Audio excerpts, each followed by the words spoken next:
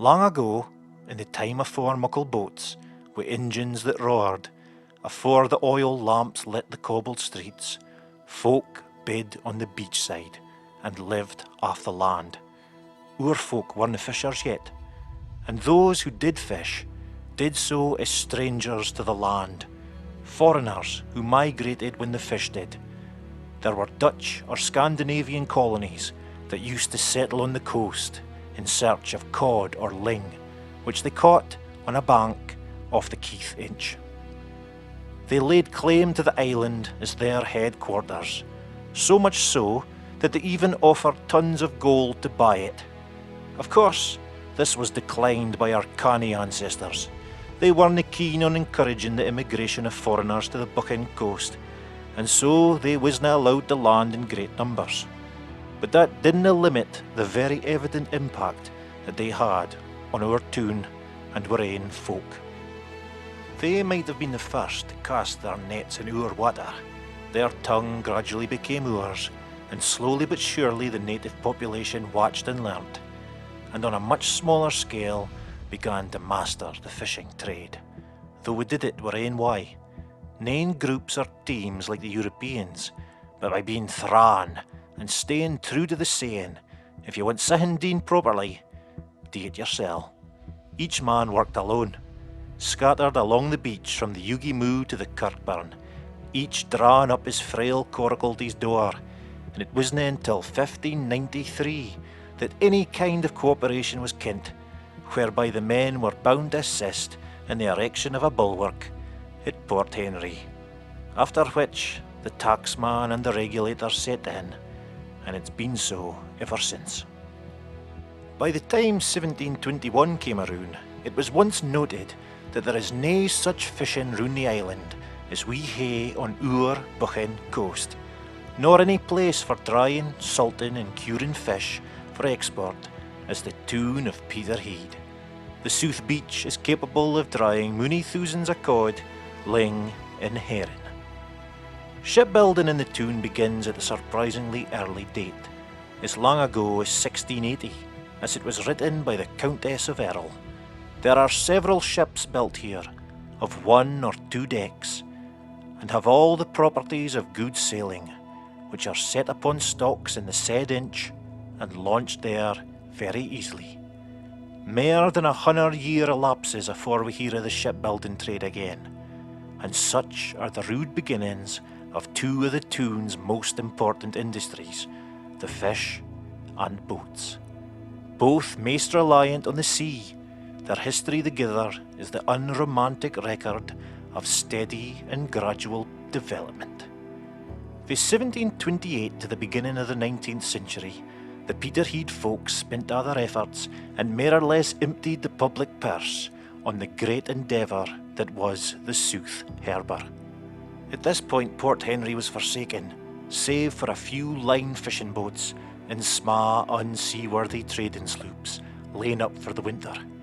Fit was a day with Port Henry was that it had too many disadvantages, which at that period of time was pretty much impossible to overcome, and the South Harbour on the other hand had many natural advantages which Port Henry just couldn't match. Henry's channel entrance was long, twisted and narrow, the pier a mere rubble of large loose stones broken and scattered by ruthless time, and was convex toward the sea. The South Harbour had a natural bay opposite it, which made going in and out safe, plus it was much deeper and larger, and was mostly sheltered by the mainland to the west, as well as the 2 islands of Green Hill and Keith Inch to the east. Throughout history, the harbours were continuously adapted, extended, repaired and improved.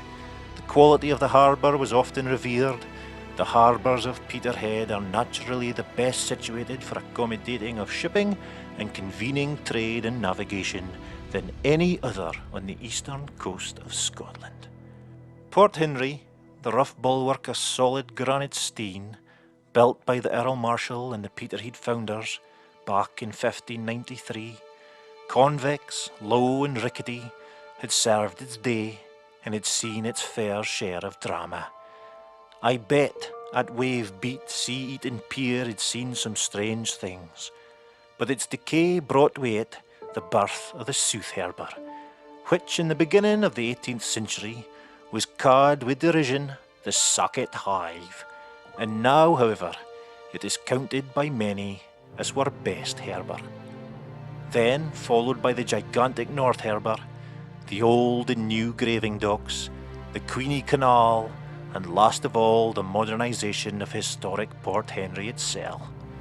Nay, without struggle have we kept abreast of the times, and it is because of this struggle that when we look at our harbours, we feel the hallowed romance of history stumped deep on every single steen. Here we have the masterly old farmer, Henry Middleton in Clerkhill, directing his men how to build the bulwark. Here we have the town superior, the learned George, 4th Earl Marshal, looking on with a bored and languid air as he becomes a great scholar and a gentleman. Here we have the old Pretender, landing mid no fanfare of trumpets nor cavalcade.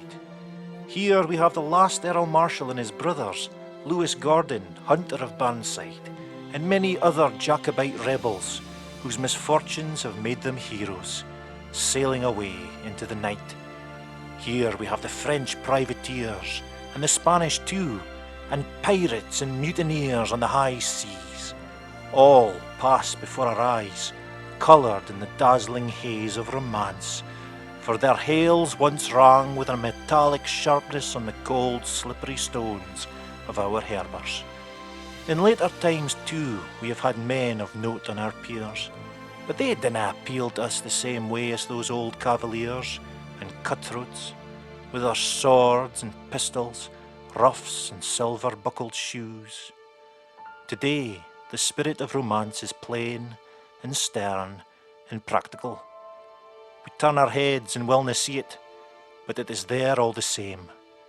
Such is the story of the building up, bit by bit, of a seaport for 300 years. Ken, look about yourself when you stand in the harbour. There's nae a lick of romance cling like seaweed to these Alstein piers, and nae industry rouses the imagination or stirs the feelings warm in the chest as much as that of the whaling trade. The era of sails and masts, of harpoon and oar, the hollow thumps of wooden decks, the tightening creak of ropes, the echoing shouts of whal, whal from crow nests across the sea. In time past, the glamour surrounding it inspired the poet and bred the speculator and adventurer. There's nae other industry in which physical nature did command the outcome as in whale and seal fishing. This is what made its pursuit at once dangerous and uncertain, although its great and unknown rewards were often the result of pluck and enterprise. Much depended on the element of luck or chance, where fortunes were suddenly made and just as suddenly squandered. A weel kent civic dignitary in the Toon used to say, "If you've any money and dinna ken fit to do with, buy a Greenland ship, and if you hae any left, buy another'n." He spoke from experience, from the bottom of his heart and his purse. The Peterhead Greenland whale fishing started in 1788, and for 14 years the Robert, a ship of 169 tons with a crew of 35 men, was the only vessel employed. The first 10 years were unsuccessful.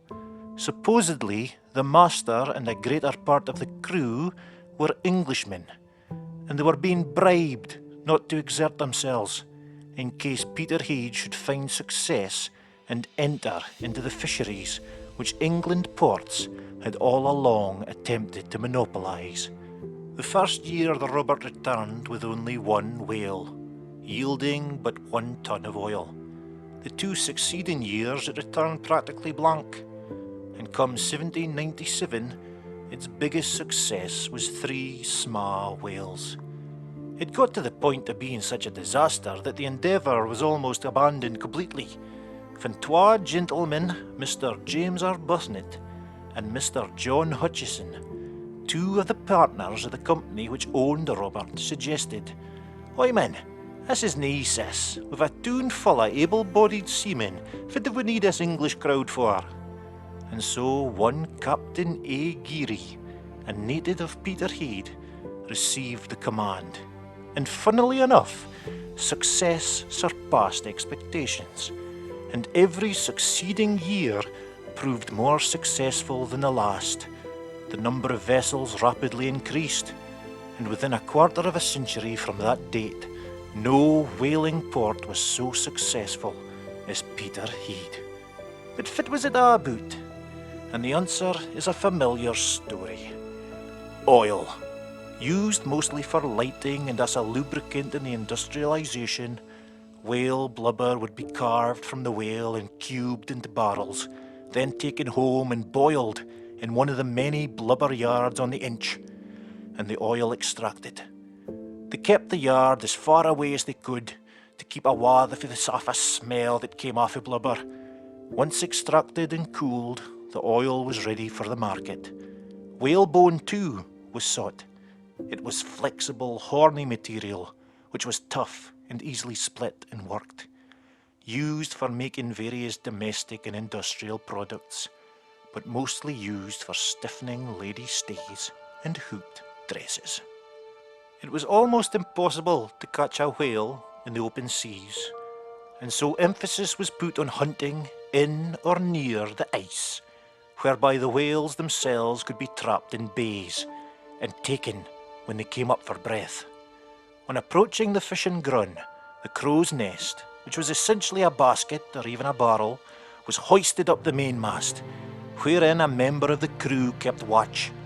And once the fish was sighted, a shout was given out, and smaller whale boats would be launched and rowed out by the crews of 6 or so, as quickly and as quietly as possible. The back-breaking rowing could have gone on for hours afore the boat was in position to allow the harpooner to throw his harpoon into the creature's back.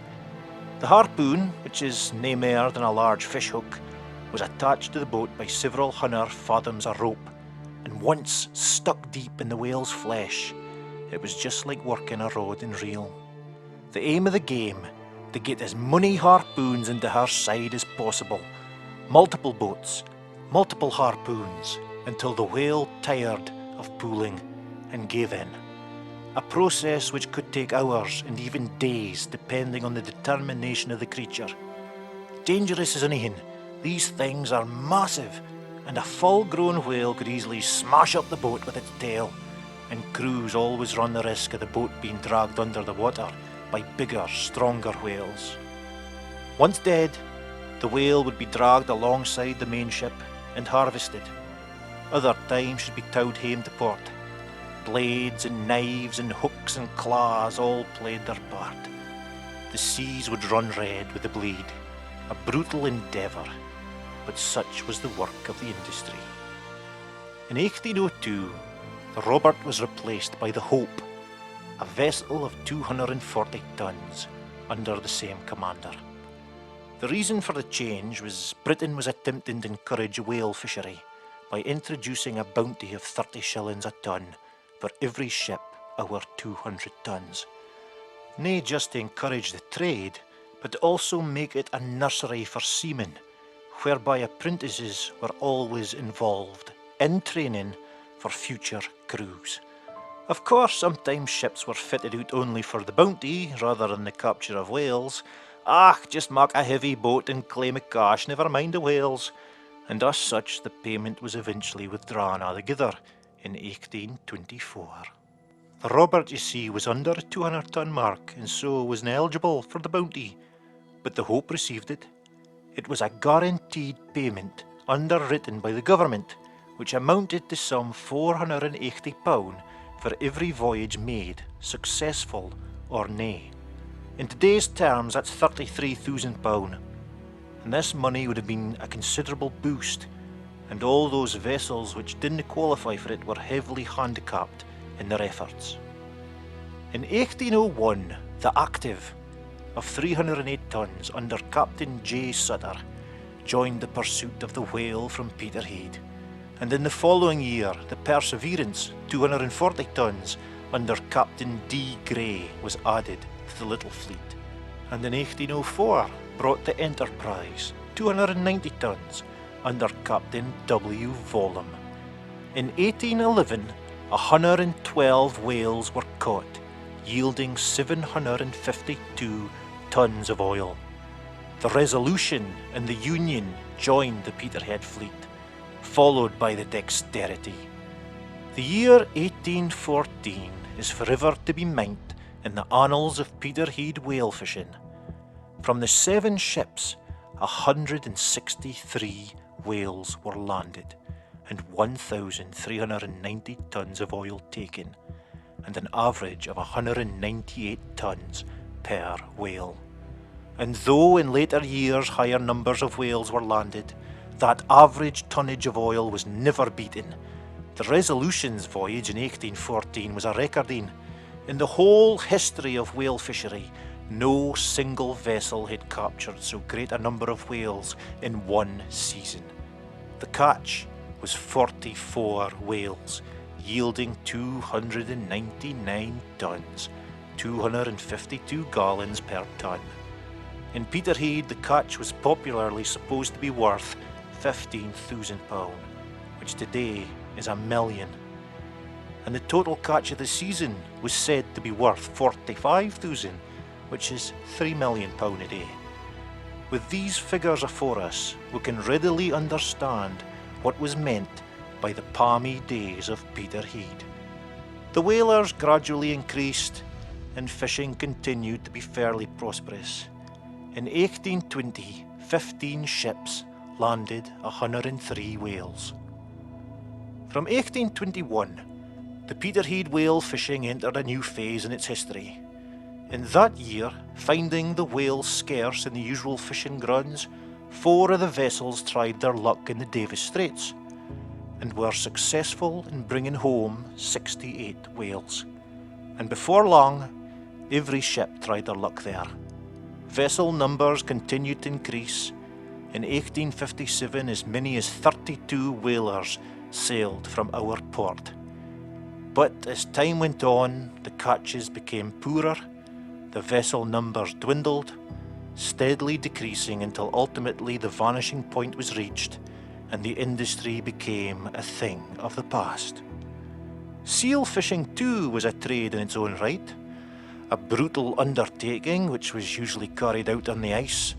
Sometimes the seals were shot, but more often they were cruelly clubbed to death, beginning with the cubs, so that the mothers could be more easily taken.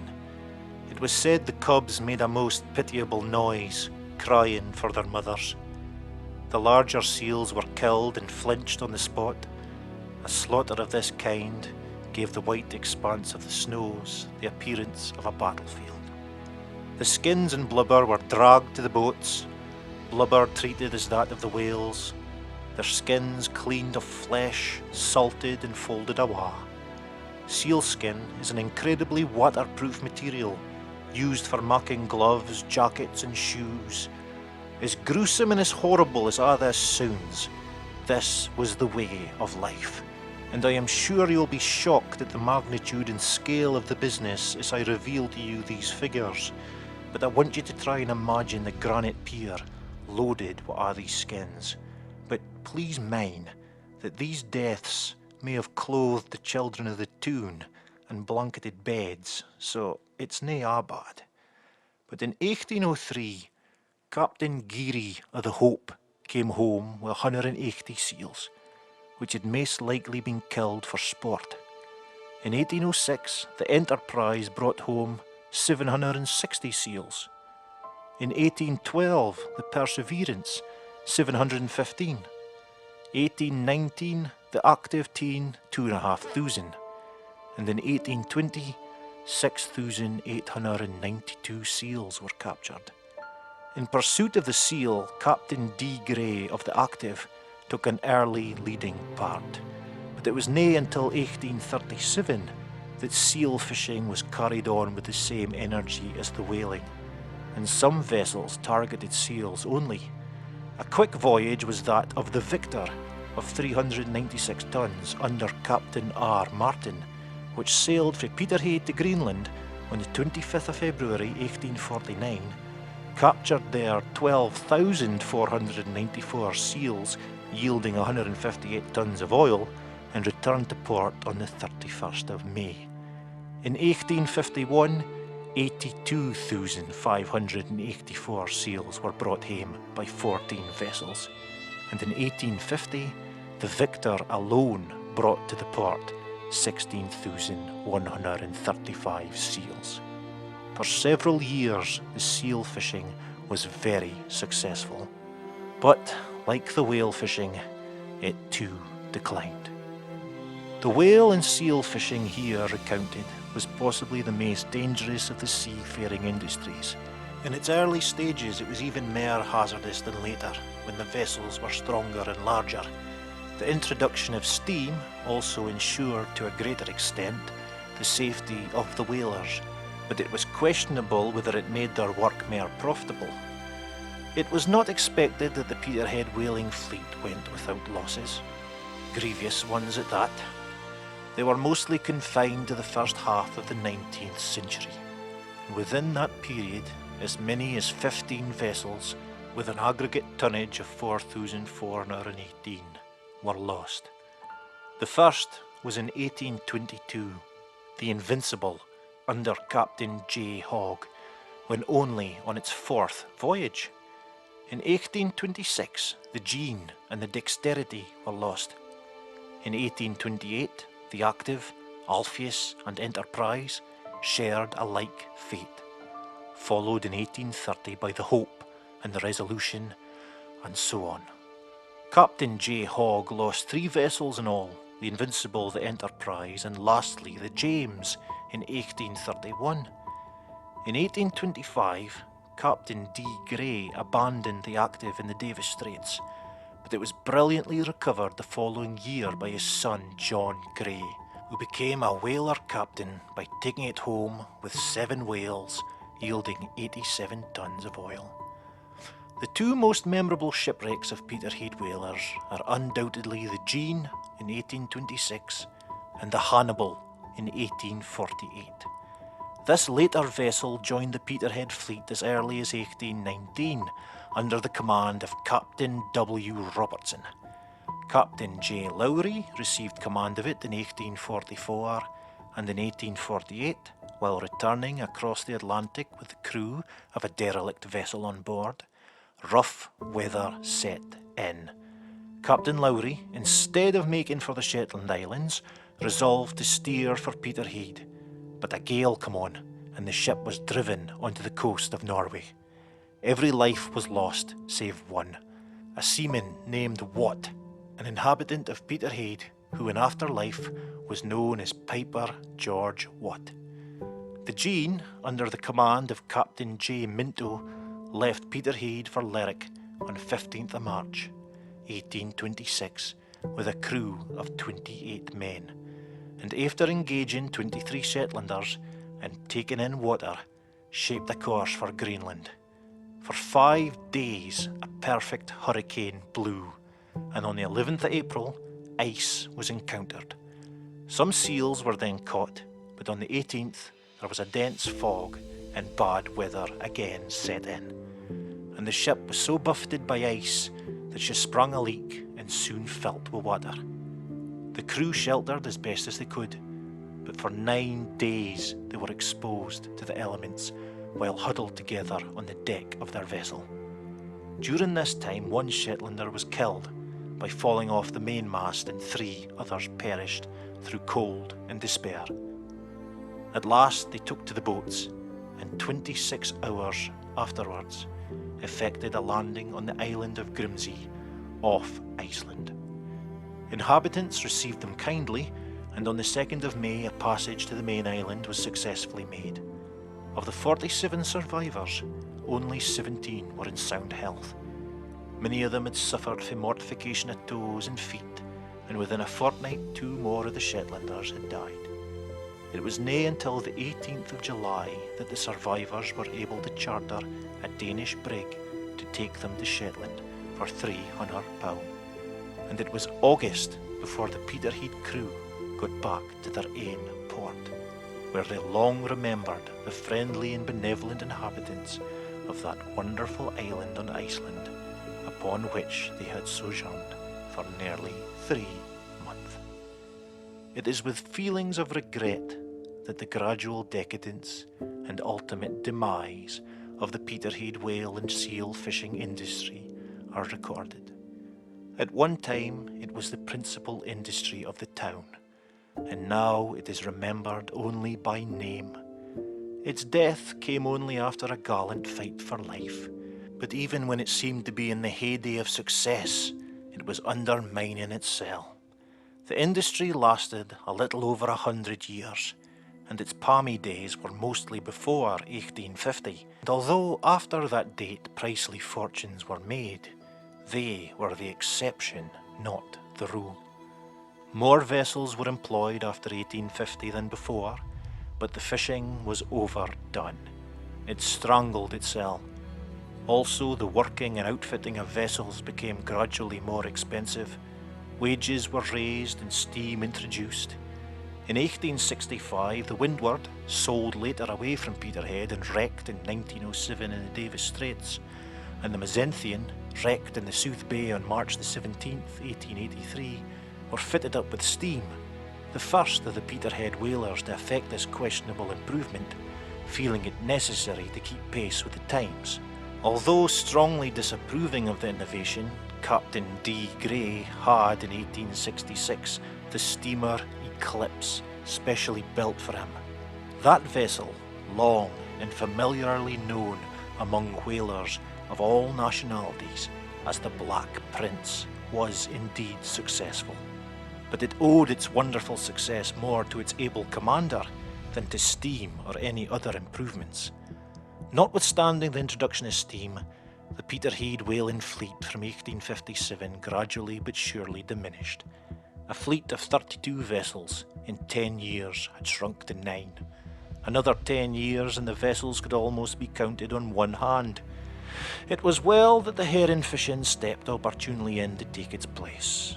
3 generations only plied the industry.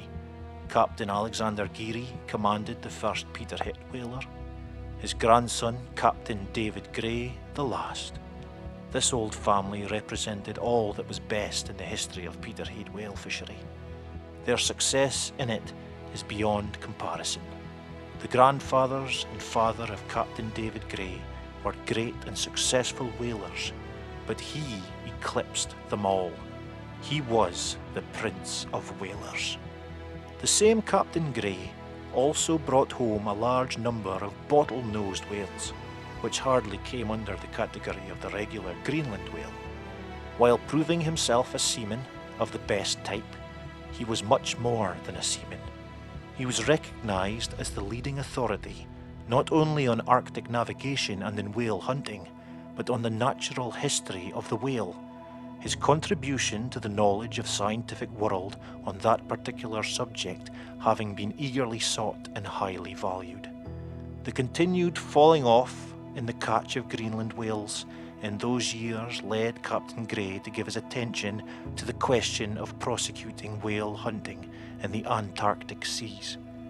He pursued a long series of investigation, the results of which were published in 1877 and 1891, and in that later year a printed copy in Peterhead for private circulation of a report on the new whaling grounds in the southern seas. Great interest was excited by these reports, both home and abroad. It was not, however, until he made considerable progress in organising an exhibition in which the famous Eclipse was to be one of the vessels, that it was found that another company, profiting by his research, fortified by his opinions, and carrying his report as a guidebook, was about to sail from Dundee. So the history of South Sea whaling does not affect Peterhead. The Eclipse was sold in January 1893, and in the spring Captain Grey sailed his last voyage to the northern regions in the Windward. It was the last voyage from Peterhead of a Peterhead whaler. In April 1894, the Windward was sold to Captain Wiggins of Siberian fame. It afterwards became the vessel of the Jackson-Harmsworth expedition to the North Pole. And in August 1896, under Captain James Brown, a native of Peterhead, had the honour of bringing home Dr. Nansen of the Fram. But the Windward is not the only Peterhead whaler whose voyages will live on in history. In 1845, on a Saturday in May, Sir John Franklin's ill-fated expedition, the Terror and the Erebus, passed Peterhead on its way northward. And on the Monday following, the Enterprise sailed from our port for the whaling grounds.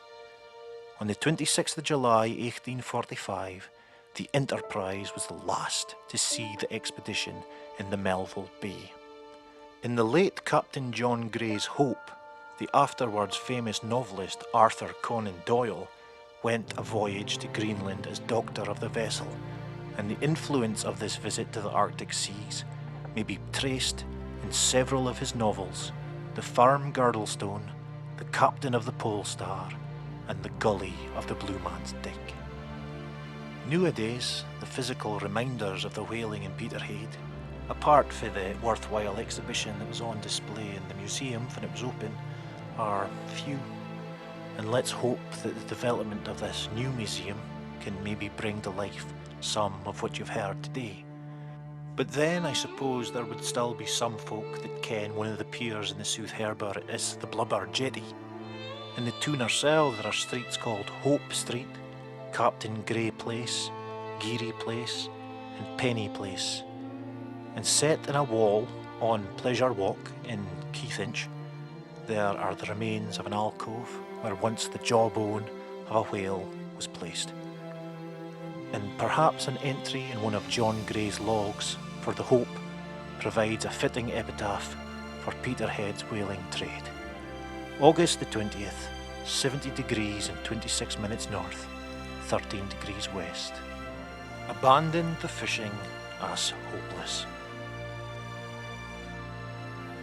Well, thank you very much for listening. And remember, like and subscribe and share and post on Facebook and comment and just everything you can, because some working's in this, boyo, some working's in, but I hope you're enjoying this bit. I could spend all my days making videos like this about Peterhead, I think, if I was to keep going. But I think I've one there, or maybe two, and then I'll maybe have to move on to somewhere else, because I'm starting to eye up the broch next, I think. But nah, we'll get a good episode about the prison and the granite, and maybe a little mini episode about modern Peterhead, and we'll move on for there. But aye, thank you very much, and like I say, I hope you enjoyed it.